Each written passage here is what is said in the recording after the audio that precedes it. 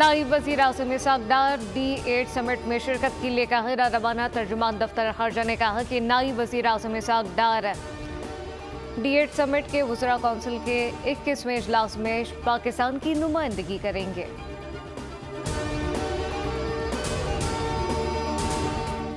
वफाकी वज़ीर दाखिला मोहसिन नकवी ने कहा कि सऊदी अरब से हर पाकिस्तानी का मजहबी अकीदा और एहतराम का रिश्ता है। सऊदी अरब ने हर मुश्किल में हमेशा पाकिस्तान का साथ दिया। रियाज में वफाकी वज़ीर दाखिला की सऊदी हम मनसब शहजादा अब्दुल अजीज़ बिन सऊद बिन नाइस से मुलाकात, सिक्योरिटी ताउन पर तबादला ख्याल, मंशियात की स्मगलिंग से निमटने के इकदाम और बाहिमी दिलचस्पी के दीगर अमूर पर गुफ्तगू की।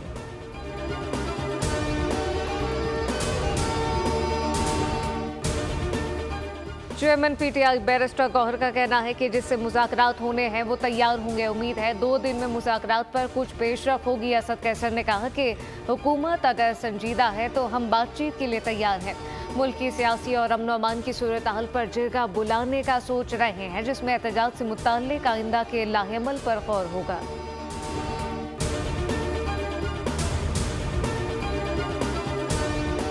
पहल करें, ज़बान नरम करें, चुप रहें। खारजा आसिफ ने PTI को मुज़ाकरात का तरीका बता दिया। बानी PTI को पहल करना होगी, बातचीत करनी है तो हुकूमत या स्पीकर को बताएं। बैरिस्टर अकील कहते हैं कि PTI मुज़ाकरात के लिए संजीदा ही नहीं, इनकी गारंटी कौन देगा। अडियाला वाले पर कोई एतबार नहीं, इनके हर लीडर की बात अलग है।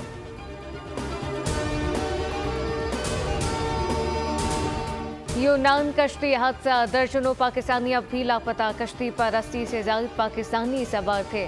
जाए हादसा पर रेस्क्यू ऑपरेशन जारी, लापता अफराद के बचने की उम्मीद कम हो गई। यूनान में पाकिस्तानी सफीर आमिर आफ्ताब कुरैशी की प्रेस कॉन्फ्रेंस, कहा कि लाशें सफारत खाना अपने खर्च पर पाकिस्तान भेजेगा।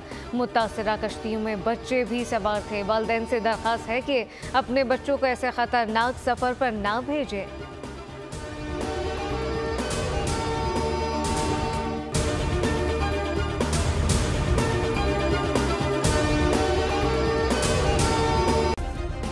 सब्सक्राइब करें और बेल दबाएं ताकि कोई खबर रह न जाए।